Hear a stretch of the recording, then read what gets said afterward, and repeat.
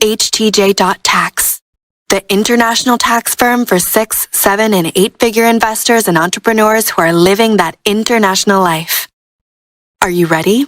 In terms of leaving Australia, and James, I know you mentioned this, how is that exit tax triggered? Like in the US, it's triggered if your net assets are in excess of $2 million, or if your average tax bill for the prior 5 years were in excess of, let's say, $170,000 to $175,000. How is it triggered in the US? Yeah, and again, this goes back to my point about the US having a more pro tax payer kind of bet, because what you mentioned, that $2,000 or $2 million threshold, it's effectively an exit tax free threshold. That if you're not especially wealthy, then you don't you're not in that net.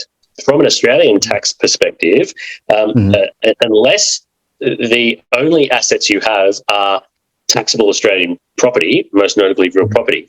If you had shares, even if you had a tiny share portfolio of $10,000 and it's sitting on a $2,000 unrealized capital gain, if you cease to be a resident, you are deemed to have sold it and triggered that $2,000 gain, unless you, as an individual, make the election to say, don't tax me now, tax when I actually sell, which, from a practical perspective makes sense, because well, you're going to have a real tax liability and no incoming cash on a deemed disposal.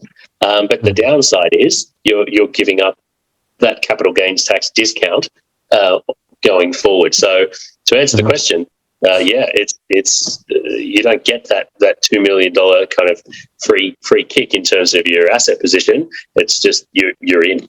Okay, gotcha. Thanks a lot for that.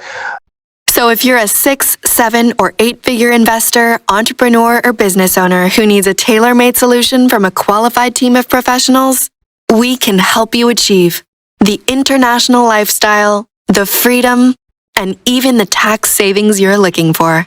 Visit us at htj.tax and live that international life.